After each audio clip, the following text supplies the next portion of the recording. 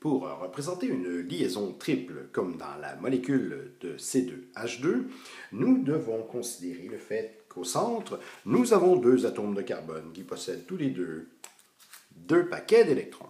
Ainsi, les deux paquets d'électrons seront représentés par un cœur métallique à 6 tiges. Les premières étapes sont celles de bâtir le squelette des liaisons sigma. Les liaisons sigma sont celles qui sont les premières entre chacun des atomes. Ainsi, nous avons 3 liaisons sigma dans cette molécule, au centre, entre les deux atomes de carbone, ainsi que sur les côtés, vers les hydrogènes. Pour bâtir ce squelette, nous devons considérer deux choses. La première, c'est que le rayon covalent simple entre le carbone et l'hydrogène a une certaine longueur. Ensuite, le rayon covalent triple entre les deux carbones doit avoir une longueur plus courte. Ainsi, si le rayon double était plus court que le simple, le rayon triple est encore plus court.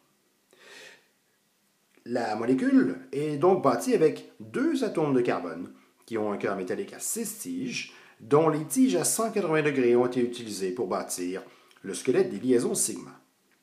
Ensuite, puisqu'il faut représenter les deux autres liaisons pi qui sont sur les atomes de carbone, il faut utiliser les tiges restantes.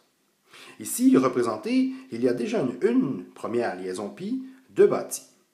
Cette liaison pi est bâtie sur le principe suivant. La liaison est triple entre les deux carbones, ainsi la longueur doit être triple, autant dans la sigma entre les deux carbones que dans la pi, surmontée par le haut. Bien sûr, on utilise une hauteur pi pour éloigner les rayons covalents triples. Il nous reste une dernière liaison pi, la deuxième, à bâtir à l'aide des mêmes liaisons qu'utilisées précédemment. Les mêmes tiges triples.